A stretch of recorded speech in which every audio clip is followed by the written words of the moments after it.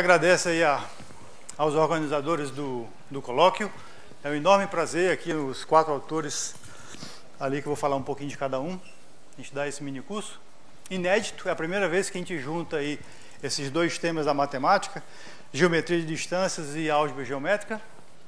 Então, um grande prazer a gente estar aqui com vocês. Em geral, eu gosto muito que as pessoas me interrompam durante a fala. Mas como a gente tem muita coisa para falar, e vai que vocês se empolgam muito, né? Tem uma plateia razoavelmente grande. E também para falar o seguinte, que de terça a quinta-feira, nós vamos ter aí um horário especial só de dúvidas, que é o professor Michael e o Rafael. Levanta o braço aí os dois, por favor. São os dois, Michael e Rafael, e vão estar à disposição de vocês de terça a quinta. São 50 minutos, 45 minutos. E vai ser a parte, digamos, interativa aí do curso. Vai ser fundamental, que é uma parte complementar, mas é onde vocês vão poder trabalhar de maneira mais interativa. E vai ser apresentado vários conceitos aqui de maneira computacional. Nós fizemos várias ilustrações e com o software matemática. Então, de terça a quinta, acho que hora? De 5 a 5h45 da tarde, não é isso? De 6h15 a 7, vai ter essa parte completamente importante, porque aqui nós vamos apresentar o assunto de maneira um pouco mais teórica. Então, nessa parte complementar, vocês vão ver a parte computacional, a parte funcionando. A gente caprichou bastante, então vale a pena complementar com essa parte à tarde, tá bom? Bom, então vamos falar um pouquinho de cada um aqui. O Nelson Maculan, o Nelson Maculan é o mais experiente aí da turma, né? Professor emérito da UFRJ, ex-reitor da UFRJ, ex-secretário de Educação do Estado do Rio de Janeiro, secretário de Ensino Superior do MEC, e por aí vai. Nosso amigo aí mais cheio de títulos, né? O professor Michael Souza, lá da Universidade Federal do Ceará, está como professor visitante na Unicamp até o final desse ano. Michael, só para o pessoal tá aí. E o Rafael Alves, que é um pós-doc. Vocês vão passar por isso. Quando você é um pós-doc, você está doido para pagar imposto, né? Porque você quer virar professor. É aquela situação, você fica... A bolsa vai se acabar, o emprego não apareceu ainda.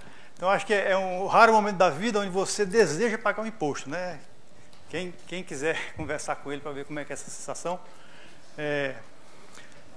Bom, e aí falar um pouquinho da mistura de locais aqui. O Maculan é um terço paranaense, um terço carioca e um terço francês, né? O Michael, ele é carioca, vocês vão ver nas aulas de exercício, mas é doido para ser um cearense. Mas quando vocês virem ele falando, vão ver que o sotaque, talvez dê até microfonia um pouco por causa da chiadeira aí, né? Ele tem até uma frase muito legal que diz o seguinte,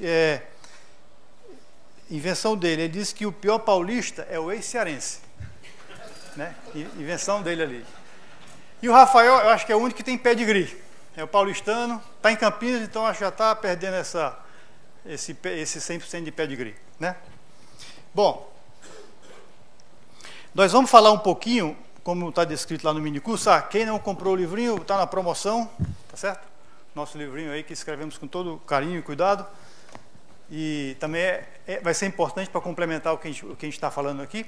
E como a gente prometeu, tanto no resumo quanto no livro, o que a gente vai apresentar são 2 temas da matemática, como eu falei no começo, geometria de distâncias e álgebra geométrica. Vamos apresentar esses 2 temas de maneira integrada e de maneira introdutória. E vamos fazer isso motivados por um problema real, relacionado ao cálculo de estrutura molecular, tá? Então, nós temos um problema real que não é um problema dentro da matemática. A gente vai usar a matemática para tentar entender esse problema e tentar dar alguma contribuição na resolução do mesmo. Bom, aí quem lembra das aulas de biologia, por que calcular a estrutura molecular? Pessoal, aqui tem mais cadeira. Precinho um pouquinho maior, mas tem vaga aí também, tá? Por que calcular a estrutura 3D de molécula é importante? Bom, se vocês lembram das aulas de biologia, a estrutura tridimensional de uma molécula está intimamente relacionada com a função da molécula, tá certo? Na verdade, várias doenças ocorrem devido à estrutura não ser perfeitamente a estrutura associada à informação que tinha lá no código genético, por exemplo. Uma outra aplicação importante é que é na área de desenho de novas drogas. Muitas drogas são baseadas na estrutura 3D das proteínas associadas. Então é um problema super importante em química computacional e, do ponto de vista prático, de interesse muito grande na indústria farmacêutica. Então, e o problema é de fácil compreensão, como a gente vai ver, tá bom? Bom, eu digo que esse problema é um problema complexo, esse problema de cálculo e estrutura tridimensional, como a gente vai ver ao longo do curso. E, em geral, os problemas complexos, para você resolver de fato um problema complexo, eu acho que requer várias habilidades. Bom, a primeira delas é o conhecimento matemático, né? Com matemática que a gente vai conseguir modelar o problema e tentar avançar na resolução do mesmo. Uma outra coisa é o diálogo com cientistas e profissionais que entendem o problema. Esse é um problema que vem de biologia molecular ou da química computacional. Então, se você está interessado em resolver ou dar uma contribuição real para esse problema, você vai ter que conversar com os especialistas, porque ou você se considera um autossuficiente, diz, não, eu vou pegar os livros e estudar. Não vai dar tempo, você vai passar a vida inteira, como você já tem muito o matemático ou matemática aplicado, né? Vai ser muito mais eficiente se você consegue conversar com os especialistas, porque ele vai identificar, se você consegue estabelecer esse diálogo, rapidamente ele vai conseguir passar para você onde é que está a chave do problema, tá? Uma outra coisa importante, depois tendo identificado qual é a matemática necessária para representar o problema e conversado com o especialista, o passo seguinte é você tentar montar um modelo matemático. Como é que esse problema se traduz em linguagem matemática? Bom, tendo um modelo matemático, você quer resolver o modelo matemático. Não adianta fazer um modelo matemático super sofisticado que considere todas as variáveis do problema e você não consegue nem representá-lo num computador e não consegue resolver. Então, na verdade, criar um modelo matemático, existe um processo artístico envolvido, né? Você tem que atingir um equilíbrio entre quanto de detalhe você tem que colocar no seu modelo matemático, de modo que ele não fique muito distante do problema real, mas que você ainda consiga resolvê-lo computacionalmente. Na verdade, a computação e a matemática, eu acho que estão cada vez mais juntas, principalmente se você está interessado em resolver um problema real, né? E tudo isso, eu acho que para se desenvolver bem, é necessário esse ambiente multidisciplinar. Bom, isso aqui é uma situação ideal, né? E eu acho que no Brasil, nós não temos ainda uma situação dessa para atacar um problema complexo. Isso tem um lado bom, significa que tem muita coisa para vocês fazerem, principalmente para os mais jovens. Eu acho que essa oportunidade de espaço na fronteira entre as várias disciplinas, eu acho que tem muita coisa para ser feita. E eu vou tentar ilustrar com esse nosso problema ligado à estrutura molecular, tá bom? Talvez algumas empresas e algumas universidades mundo afora se aproximem dessa situação ideal, né? Bom, e como eu tinha falado, vamos começar. Para a gente entender um problema, a gente precisa saber qual é a matemática que a gente vai utilizar. Como eu tinha falado no começo, vamos falar um pouquinho sobre essas duas áreas, tá bom? Bom, essa foi foi a nossa introdução. Eu vou passar rapidamente aqui no texto do minicurso para ajudar vocês na leitura. Bom, nós começamos com uma introdução sobre o problema e falamos um pouquinho do software matemático, para quem nunca teve contato. De novo, lá na parte da tarde de terça a quinta-feira, vocês vão ter a oportunidade de mexer um pouquinho com esse software que vai ajudar na compreensão e no acompanhamento do curso, né? Depois, no capítulo 2, vou falar um pouquinho sobre o que é importante a gente entender de estrutura molecular. Em particular, vamos estar interessados em estruturas de proteínas. Então, eu tento mostrar um pouquinho aí do que é necessário, o conhecimento mínimo, para a gente começar a mexer com o problema. O capítulo 3 fala da geometria de distâncias em si. O capítulo 4 da álgebra geométrica, na verdade um pouquinho mais sofisticado, é a álgebra geométrica conforme. E o capítulo 5 é o capítulo, digamos, mais desafiador. É quando a gente junta as duas coisas para tentar resolver os problemas e a gente fala um pouquinho dos problemas que a gente está enfrentando no momento, tá? Então é interessante porque até o capítulo 4 são conhecimentos conhecidos para a gente entender o problema. O quinto já fala um pouquinho sobre problemas em aberto. Então é tema de pesquisa, tá bom? Muito bem, vamos começar de fato agora o nosso curso.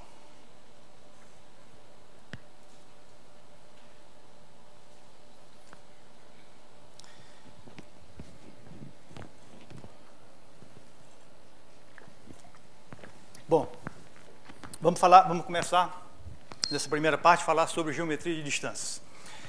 Eu vou definir qual é o problema principal da geometria de distâncias e, ao mesmo tempo, já associar essa definição matemática com o nosso problema. Lembre que o nosso problema é calcular a estrutura tridimensional de moléculas, em particular de moléculas de proteínas. Mas, à medida que a gente for avançando, eu vou dar mais detalhes para a gente entender precisamente qual é o problema. Na verdade, sempre que a gente está tentando usar a matemática para entender um problema, e é isso que a matemática ajuda, a gente entender os detalhes do problema. Tem que entender muito bem qual é o problema, antes de tentar resolvê-lo, né?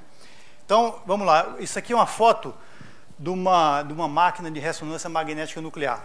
Então, o nosso problema utiliza dados experimentais. O que essa máquina produz? Bom, a gente pode imaginar imagine que isso aqui é um pedacinho de uma molécula, tá bom? Cada bolinha dessa é o átomo, e por essas hastes significa que os átomos estão conectados. Quem lembra lá da química, existe uma ligação covalente aqui, tá bom?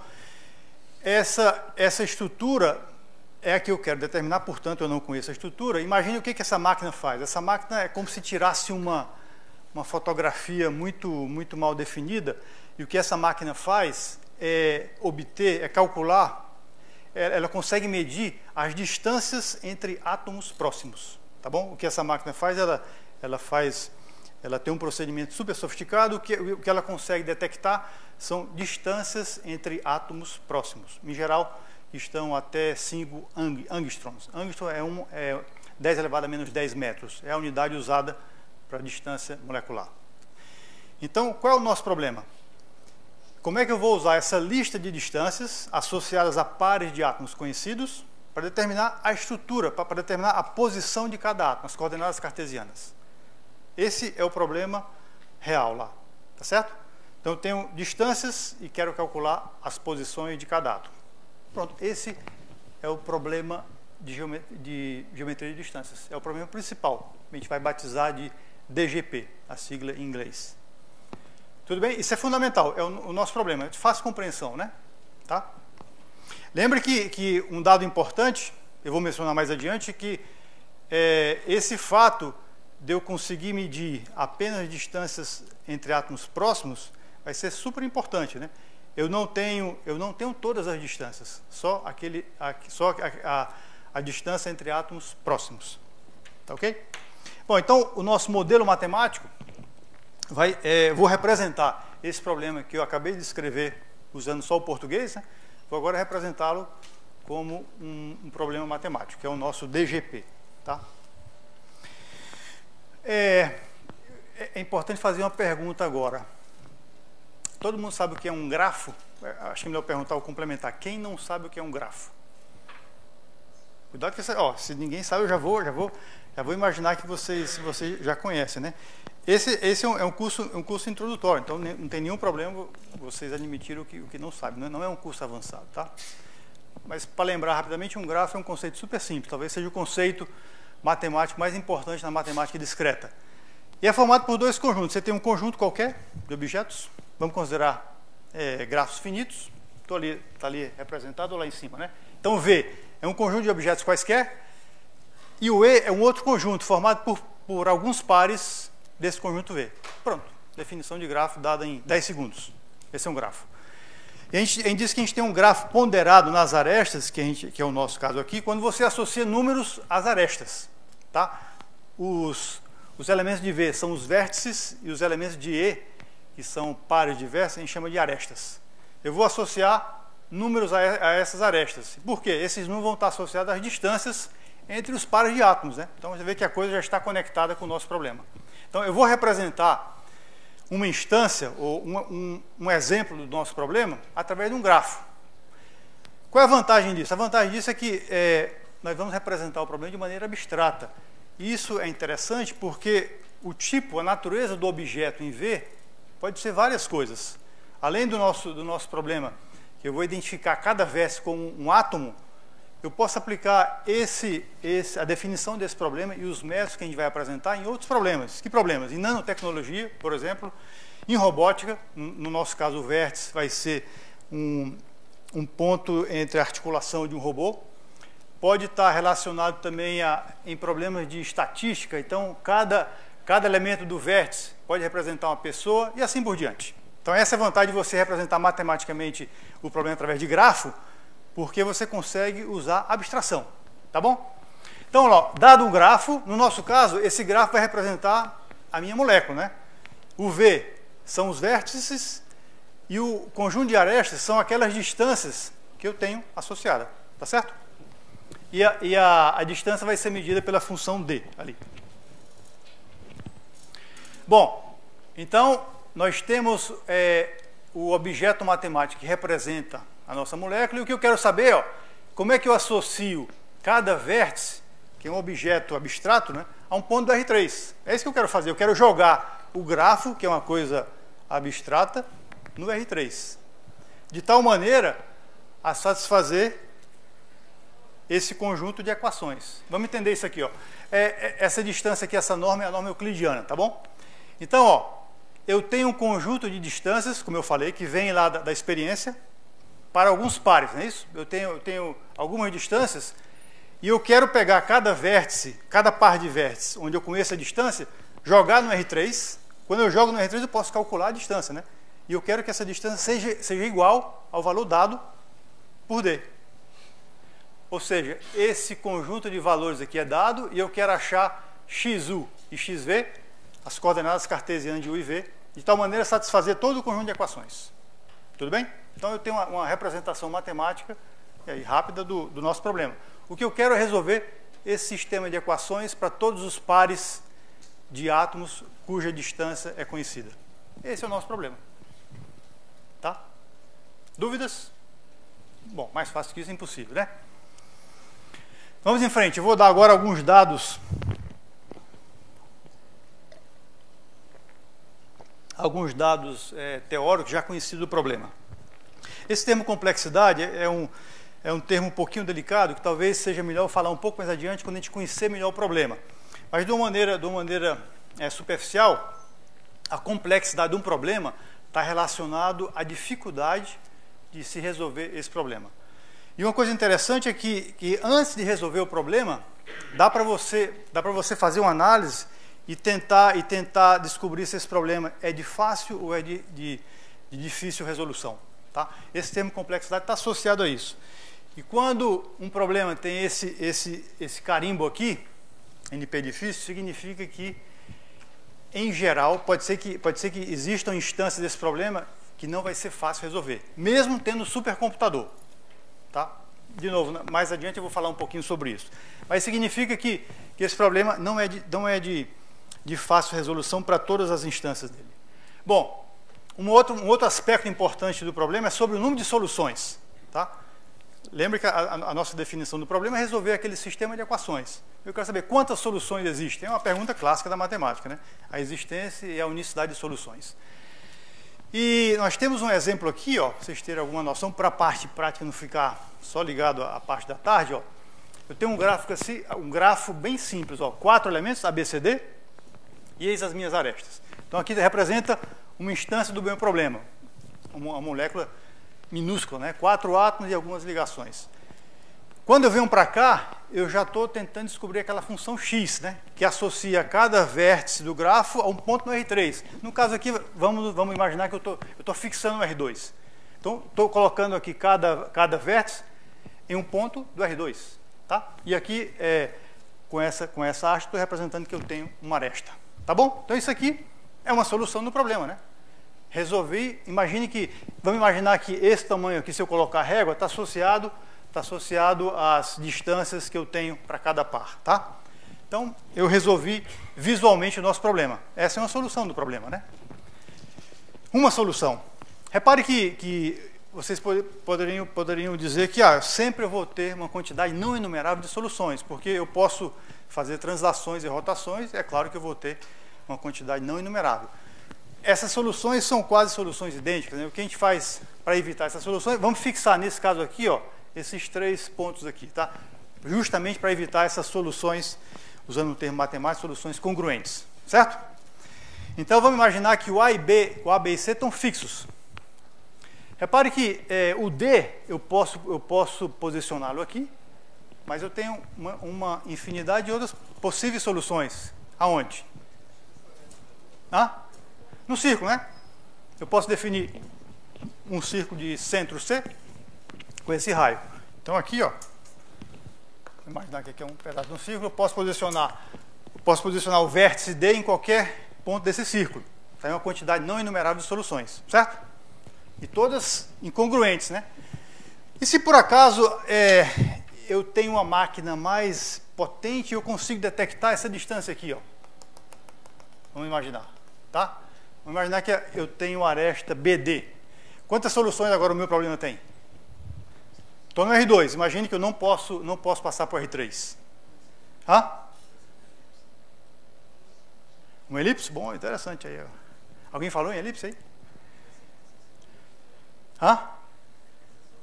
Exatamente, ó, geometricamente, essa interpretação geométrica vai ser fundamental.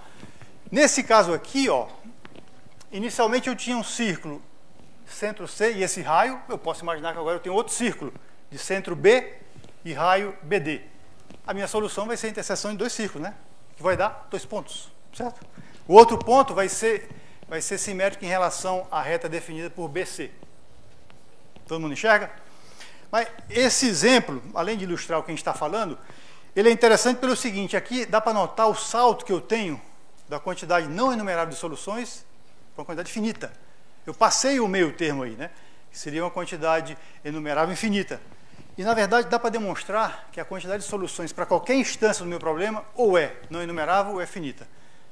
Dá para demonstrar usando uma matemática um pouco mais sofisticada, usando técnicas de geometria algébrica, tá?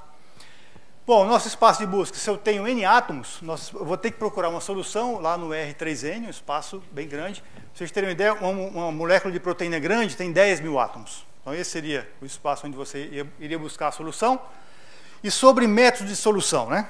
Bom, na literatura, a abordagem clássica de resolver esse problema é representar o problema, aquele conjunto de equações que nós definimos inicialmente, né?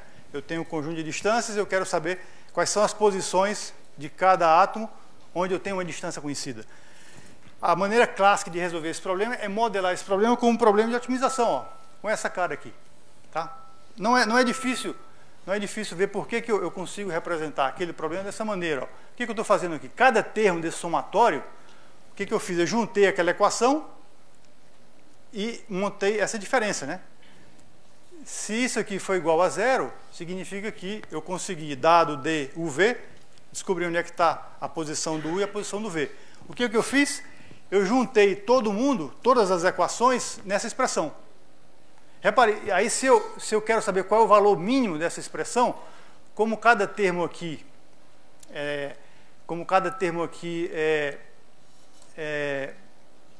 se eu resolver o problema tem que dar 0, é fácil enxergar que o valor mínimo dessa função vai me dar a solução do problema.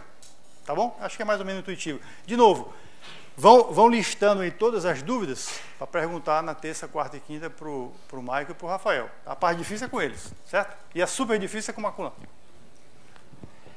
Então, ó, resolver o problema seria encontrar o menor valor dessa função. O interessante aqui, o que não acontece em muitos problemas de otimização global, é que eu sei o valor da função na solução do problema, certo? Quanto dá o valor na solução do problema? Se eu encontrar o mínimo dessa função aqui, é a solução do problema que vai ser um ponto lá do R3N. Agora, o valor nesse ponto de solução, quanto dá? 0. Perfeito. Porque significa, ó, que se eu resolver cada equação, esse valor vai ser igual a esse. Se eu resolver cada equação, cada termo desse vai dar zero. Então, é difícil encontrar onde é que está esse ponto lá no R3N, cujo valor da função dá zero. Mas se você me dá um candidato, eu aplico essa função, se der zero, significa parabéns, vai para casa, resolveu o problema. Se não der zero, tem que continuar o processo. Tudo bem? Então, é um modelo matemático que não é difícil de entender. Na verdade, existem outras formulações para esse problema, mas uma classe muito grande de métodos é baseada na representação do problema como um problema de otimização. Tá? O que nós estamos fazendo há vários anos? É enxergar o problema de outra maneira, é olhar o grafo que representa o problema. Por quê? Porque existem informações escondidas no grafo que representam o problema. Como a gente vai ver aqui, isso trouxe alguns resultados interessantes. E vocês acho que dá para perceber que, na verdade, nessa formulação, você esquece o grafo, né? Você está considerando apenas as distâncias fornecidas lá pela experiência. A gente vai ver que o grafo, a maneira como você representa o problema, tem informações muito interessantes que podem ajudar na resolução do problema. Isso significa que nós estamos interessados na abordagem combinatória do problema. Ou seja, vamos olhar o grafo que representa o problema. A gente vai ver que tem coisa interessante. E um fato importante é notar que essa abordagem combinatória está associada principalmente a quando eu tenho uma quantidade finita de soluções. E a gente vai ver aqui que, sob certas hipóteses que são realísticas, dá para a gente garantir quais são as instâncias do nosso problema onde eu terei uma quantidade finita de soluções. E nesse caso, a abordagem combinatória é mais útil do que a abordagem contínua. Tá bom? Muito bem, então vamos agora falar um pouquinho sobre o problema em si. Então, nossa motivação é o problema de calcular a estrutura 3D de uma molécula. Falamos um pouquinho sobre a matemática, como é que a gente representa esse problema na linguagem matemática, e agora vamos falar um pouquinho sobre o problema em si, que veio lá da química, né? Isso aí está associado ao que eu falei lá no começo, como tratar um problema complexo. Se o problema veio da química, bom, você tem que conhecer minimamente os conceitos básicos. Por quê? Porque esse conhecimento pode trazer informações fundamentais para simplificar o seu modelo matemático. Tá? Então, se vocês lembram lá do segundo grau, ó, isso aqui está representando um pedacinho de uma proteína, né? Aqui era para ter uma aresta também, tá bom? Imagine que tem uma aresta. Aqui eu tenho uma representação simplificada, né, do que é a minha molécula de proteína. A primeira coisa importante, eu não sei se dá para enxergar no final aí, mas no livro sim, ó, eu tenho uma repetição de átomos. Aqui é um átomo de nitrogênio, é um carbono e carbono. Nitrogênio, carbono, carbono, e assim por diante. Essa cadeia é chamada a cadeia principal, a backbone da proteína. É ela que dá o esqueleto da proteína, tá certo? E associado a essa cadeia principal, eu tenho o átomo de hidrogênio, aqui em preto, e aqui embaixo eu tenho átomo de oxigênio. Então, vamos nos restringir, já é uma simplificação do problema, vamos nos restringir, estamos interessados em determinar a estrutura 3D dessa cadeia principal da proteína, que já vai me dar uma ideia do esqueleto, tá certo? Bom, informação importante que vem lá da geometria das proteínas. Quando estamos interessados em determinar a estrutura 3D de uma proteína, já tem muita informação a priori. Por exemplo, eu já sei qual é o átomo que está, eu já sei todas as ligações entre os átomos possíveis. E aqui, nesse desenho, ilustra isso, ó. Se eu estou conectando aqui o nitrogênio com o carbono por essa haste, significa que eu já sei essa distância. A mesma coisa para todas as ligações covalentes. Mais ainda, para 3 átomos ligados consecutivamente, por exemplo aqui, ó, esse carbono, carbono, nitrogênio. Esse ângulo plano definido por esses 3 átomos também são conhecidos, a priori. Tá? Isso é uma informação super importante. Então, significa que quando 2 átomos estão conectados, pensando no nosso grafo, eu tenho uma aresta, eu conheço o valor dessa aresta. A mesma coisa, se eu tiver 2 vértices separados por 2 ligações covalentes, a distância desse carbono por nitrogênio, como eu sei esse ângulo, também é conhecida. Então, aqui, na verdade, eu não é a representação do meu problema usando o grafo, porque está faltando incluir essas arestas. Mas é a informação fundamental que vem lá da geometria de proteínas que eu tenho que incorporar no meu grafo. Tá certo? Então, se eu tenho 2 átomos conectados, eu sei o valor da aresta, e se eu tenho 3 átomos ligados por 2 ligações covalentes, eu também tenho ali a distância entre o primeiro e o terceiro. Tá? Bom, essas aí são informações que vêm lá da geometria das proteínas. E aí, de maneira genérica. E aí, para cada proteína que eu estou interessado, ela passou lá pela máquina de ressonância magnética nuclear, e a máquina me deu distâncias entre átomos próximos. Em geral, essas distâncias estão associadas a apenas átomos de hidrogênio.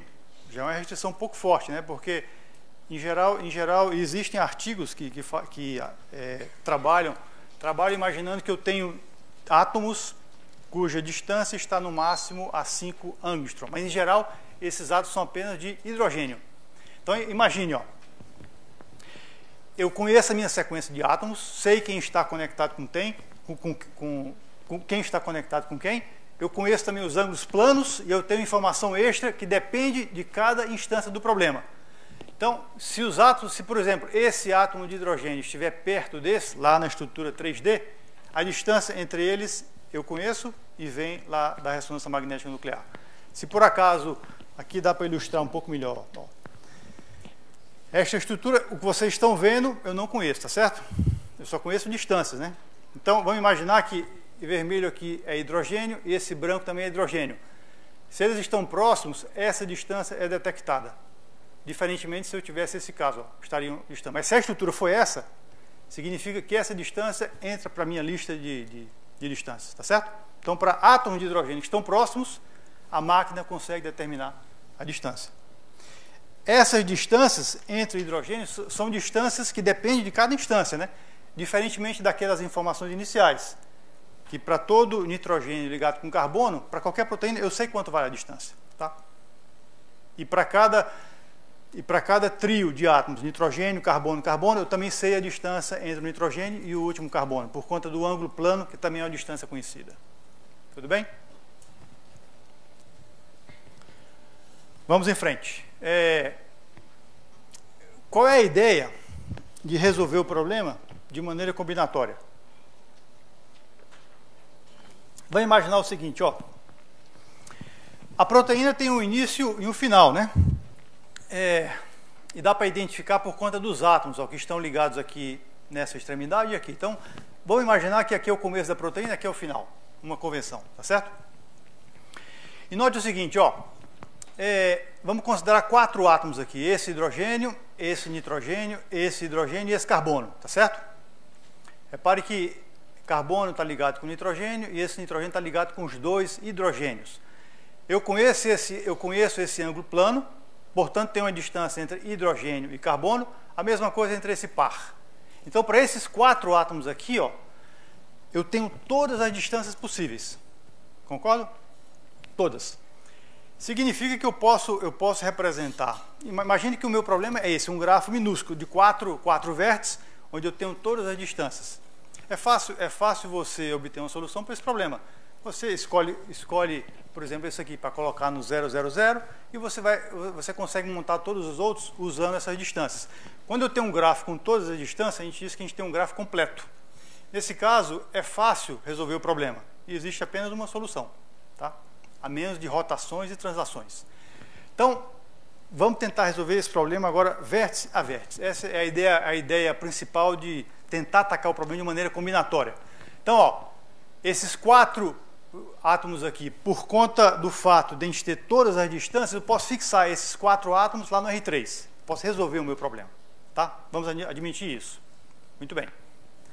Temos agora um candidato para entrar na jogada. Bom, vamos considerar esse átomo de hidrogênio aqui, ó, que é um átomo que eu tenho, pensem ele que ele está lá no mundo abstrato, ele é um vértice do meu grafo, e eu quero colocar ele no R3, de tal maneira a obedecer às restrições que eu tenho desse átomo para os outros já posicionados.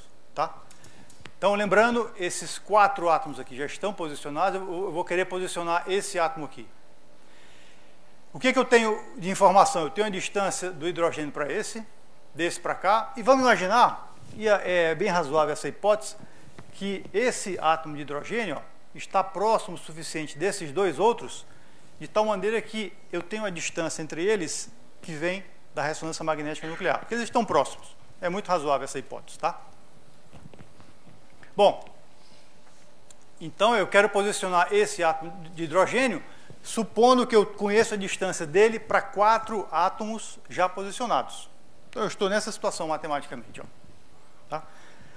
Vamos imaginar que esse é o átomo de hidrogênio que eu quero determinar a posição dele no R3, e eu conheço 4 átomos já posicionados no R3, cujas distâncias são conhecidas. Matematicamente, como é que eu traduzo isso matematicamente? Bom, eu monto esse sistema de equações aqui. Então, ó, minha variável aqui é o A, tá? Uma variável, eu quero saber as coordenadas x, y e z do átomo A. Tenho as coordenadas de B1, B2, B3 e B4 e conheço essas distâncias. Resolver esse problema é fácil ou difícil?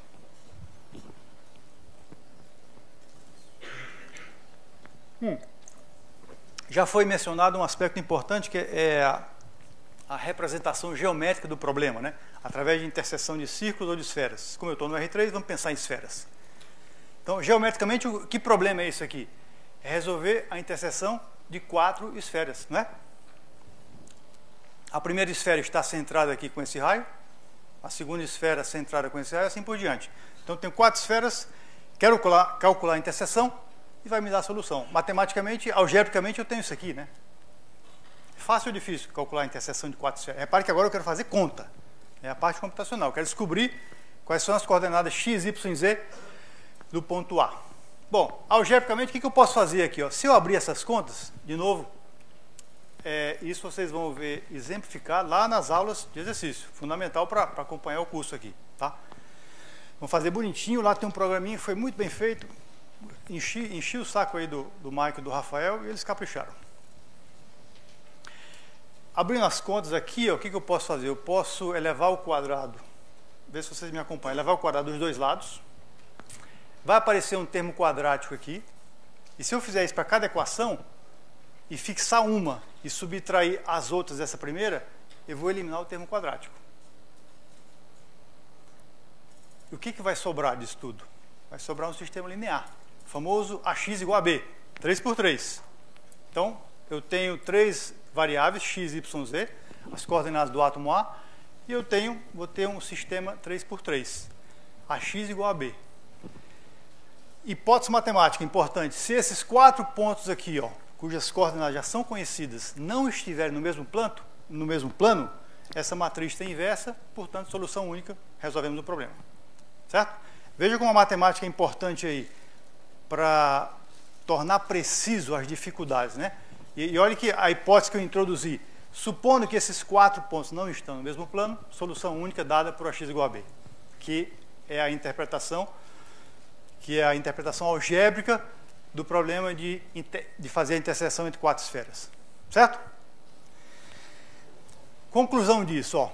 Se eu consigo continuar esse processo de tal maneira que a cada vértice que eu coloco no R3, ele está sempre associado, ele está sempre ligado a 4 vértices anteriores, o problema está morto, né?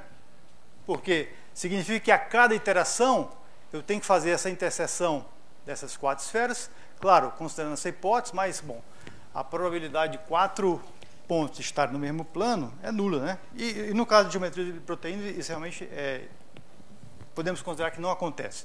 Então, se nós conseguimos definir uma ordem aqui, de tal maneira que essa situação seja satisfeita, o problema está resolvido. Bom, aí vem a realidade. Bom, em geral eu não tenho essas 4 esferas, né? O que eu tenho? Bom, vamos tentar seguir aqui, ó. Esses foram os 4 átomos que eu já determinei. Esse hidrogênio está exatamente nessa situação, portanto, vamos imaginar que eu já consegui posicioná-lo no R3. Então, eu já tenho esses 5 átomos posicionados. O próximo candidato é esse carbono aqui, né? Então, vamos ver qual é a situação que nós estamos agora. Bom, esse carbono está ligado aqui, uma esfera, está ligado com esse, 2 esferas, está ligado com esse, 3 esferas. Repare que aqui é só um desenho, né? Esse ângulo aqui não é 180 graus, tá certo? Mas eu tenho 3 esferas, né? Essa distância e essa. hidrogênio e carbono está muito longe e eu não tenho esse dado, a experiência aqui também não. Então, para determinar a posição desse carbono, eu não tenho essa situação, eu corto fora essa informação aqui. Vou ter 3 esferas. Interseção de 3 esferas dá o quê? Intuição geométrica. Pode dar vazio, né? Mas numa situação ideal... Vamos lá, alguém pode fazer só assim também, tá? Dá 2 pontos, né? É uma situação parecida, só que agora no R3, lá naquele desenho eu tinha 2 círculos, né? Interseção de 2 círculos no R2, 2 pontos. Interseção de 3 esferas no R3, 3 pontos. Na verdade, esse resultado se generaliza.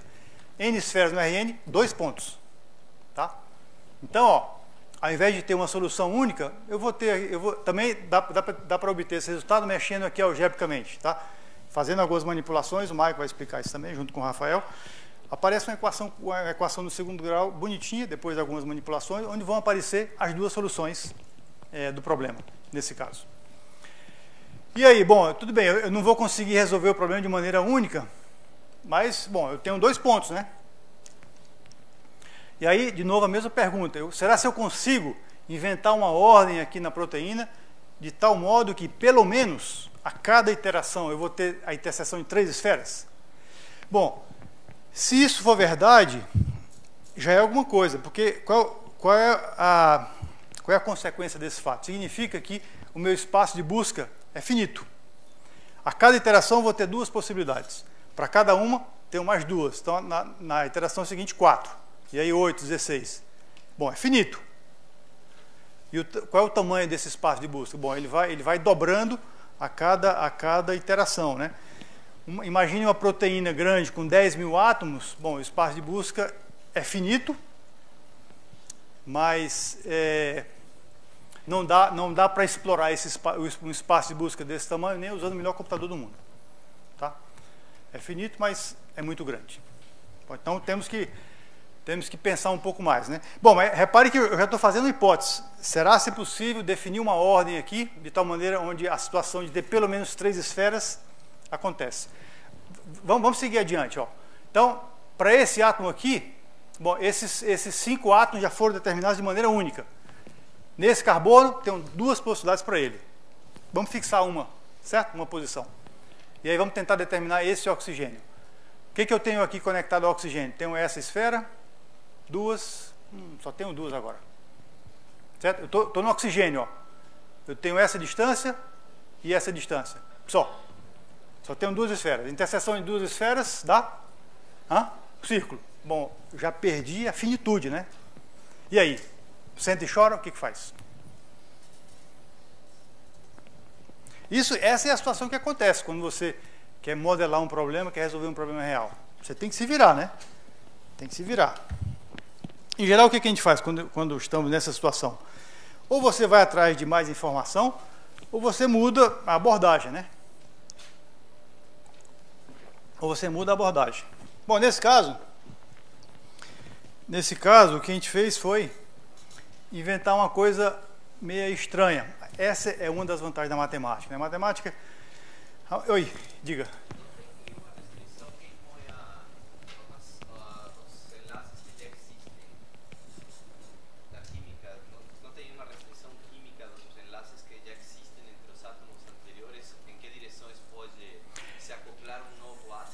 Na verdade, a gente quer usar todas essas conexões. Mas repare, digamos que na nossa situação, você está imaginando uma outra maneira ou na nossa abordagem? Então, nessa abordagem, por exemplo, certo.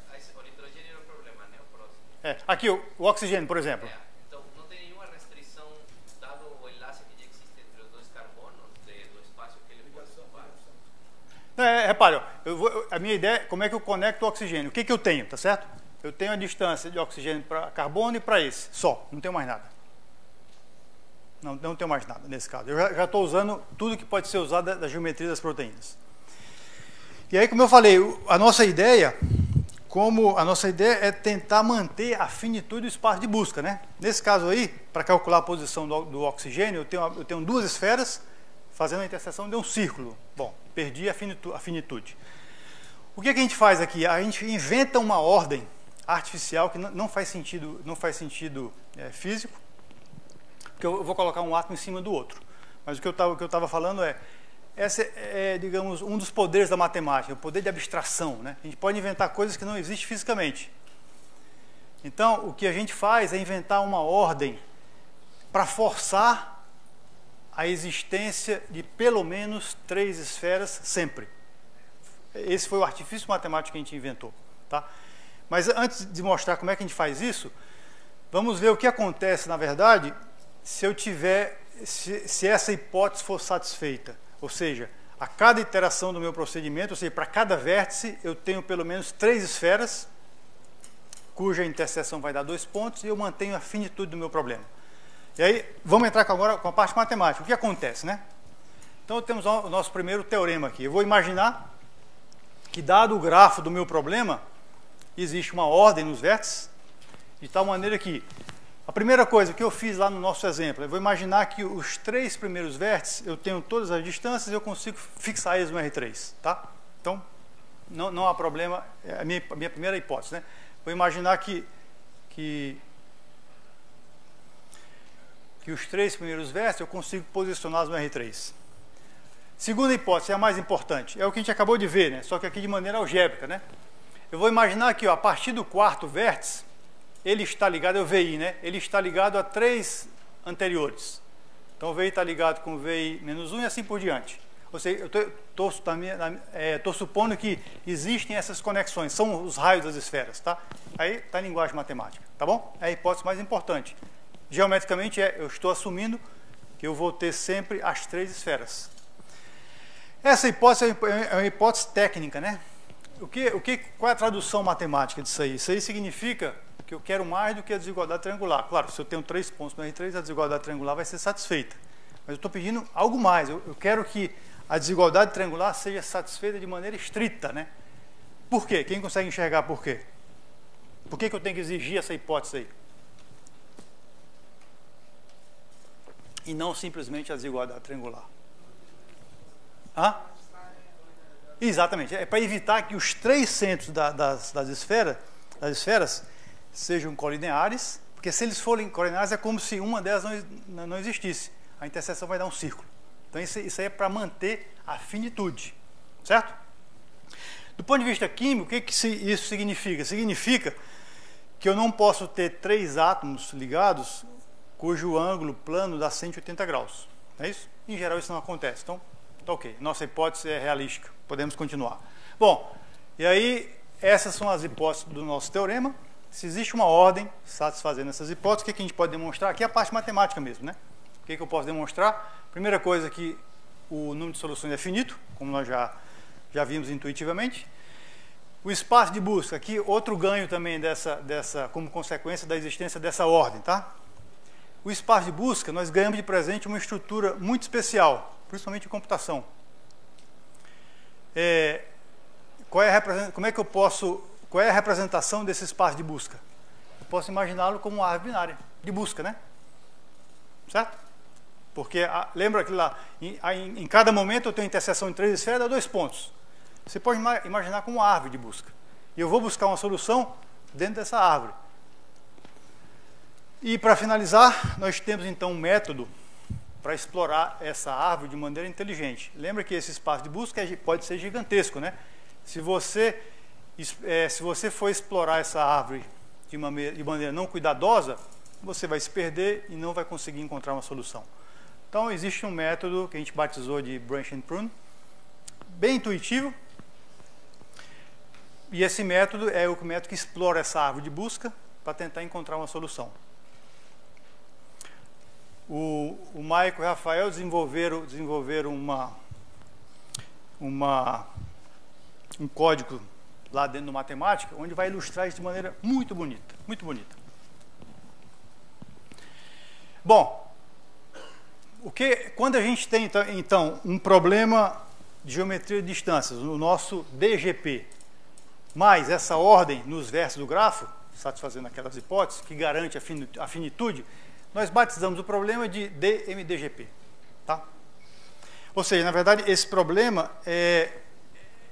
esse problema está contido no DGP, que é o problema mais genérico, quando eu não tenho essa ordem, né? Mas o interessante é que, para esse problema específico de cálculo de estrutura molecular, esse modelo, o DMDGP, se adequa muito bem, certo? Ou seja, não é o problema geral da geometria de distância, mas é isso que a gente faz em matemática. O que o problema real traz de informação para a gente tornar o nosso modelo mais fácil de ser encarado, né? E aí, quando nós temos um DGP com essa ordem, como eu tinha falado, nós temos uma árvore de busca. Eu vou mostrar aqui um exemplo, uma árvore de busca explorada pelo BP, que é o nosso método, tá bom? Eis aí o trabalho do método do BP ao tentar explorar a árvore de busca para achar a solução do problema. Olha que interessante. Bom, é claro que é um exemplo bem pequeno. Eu tenho aqui uma molécula com 11 átomos, tá? Aqui embaixo, eu estou representando quem está conectado com quem. É lógico que eu já estou assumindo as hipóteses do DMDGP. Eu estou assumindo que, a partir do quarto átomo, cada átomo está conectado com 3 anteriores. Essa é a nossa hipótese básica. E essa hipótese é importante para quê? Para representar o problema, representar o espaço de busca como árvore binária. É o branch lá do método. Então, se o problema satisfaz a essas hipóteses, eu já consigo representar o espaço de busca como árvore binária. O pruning é a segunda parte, é que vai fazer a gente explorar a árvore de busca sem ser necessário abrir todas as possibilidades, né? É o que está representado aqui, ó, nesse espaço vazio. O espaço vazio significa que nós não exploramos esse espaço de busca. E pelas características do problema, significa que não é necessário explorar, porque eu sei que a solução não está lá. De novo, é uma informação que a gente traz do grafo, né? Tá? Então, de novo, ó, além das arestas básicas, eu estou supondo que o 2 está conectado com 9, o 3 com 4, desculpa, o 2 está com 9, o 3 e o 4 estão conectados com esse, assim por diante. Essas são as arestas extras, que no nosso caso, estamos supondo que vem lá do experimento, da ressonância magnética nuclear. São aquelas distâncias extras que dependem de cada instância, porque os átomos estão próximos, tá certo? Eu tenho mais 5 minutos, não é isso, Nancy? Nancy ali é a chefona, qualquer problema, fale com ela, hein? É a organizadora do colóquio, né? Junto com toda a equipe. Então, ó, qual é a ideia do método? Como eu falei, a ideia do método é bastante simples. Eu vou explorar a árvore da esquerda para a direita, você pode escolher qualquer ordem, tá? Mas tem que ter cuidado para você não se perder, né? Eu vou explorar a árvore da esquerda para a direita, por isso que eu tenho essa numeração, 1, 2, 3, 4 aqui por diante. E vou explorar de maneira a deixar de abrir ramos que não são necessários para ser investigado. Vamos lá, ó. Eu fixo os 3 primeiros vértices. Lembra que lá da nossa hipótese, eu estou imaginando que para os 3 primeiros eu tenho todas as distâncias, posso fixá-los no R3. Aí, para o quarto vértice, eu tenho 2 possibilidades. Vou pegar o da esquerda. Fixando o quarto, eu tenho mais 2 possibilidades. Vou pegar o da esquerda. Eu faço isso até aqui, ó. E por que eu tenho que abrir todo mundo até o nível 7? Porque eu não tenho distância extra, eu só tenho as básicas que permitem a ramificação. Olha o que acontece no nível 8, ó. O 8 está conectado com 4. Pela nossa hipótese, o 8 está conectado com 7, com 6 e com 5. Isso é o que a nossa hipótese exige. Mas aqui existe uma distância extra. O 4 está conectado com 8. Geometricamente significa que, ao invés de ter as 3 esferas, para dar 2 pontos, eu tenho 4 esferas. Interseção de 4 esferas dá 1 ponto. Significa que, ó, aqui a outra possibilidade ela é descartada. Deu um único ponto. Daqui até o final, vocês vão ver que eu também tenho distâncias extras. Significa que eu não abro mais ramificação e eu consigo descer até o final da árvore. Quando eu consigo descer até o final da árvore sem ter que fazer retrocesso, porque eu errei, eu encontrei uma solução do problema. Então aqui, ó, esse caminho do 1 até o 11 representa o mínimo global daquele modelo matemático que eu apresentei. Certo? Esse caminho é o mínimo global. Aí a pergunta é, está satisfeito? Você pode, esse caminho está associado a uma solução, a uma estrutura geométrica da proteína. Você oferece para o químico, eles não gostei dessa solução. Por outras informações físico-químicas. Tudo bem. Você pode continuar a busca, né? Você pode continuar a busca para explorar todo o espaço de busca e apresentar outras soluções. Nesse caso aqui está representado por esses 3 outros caminhos.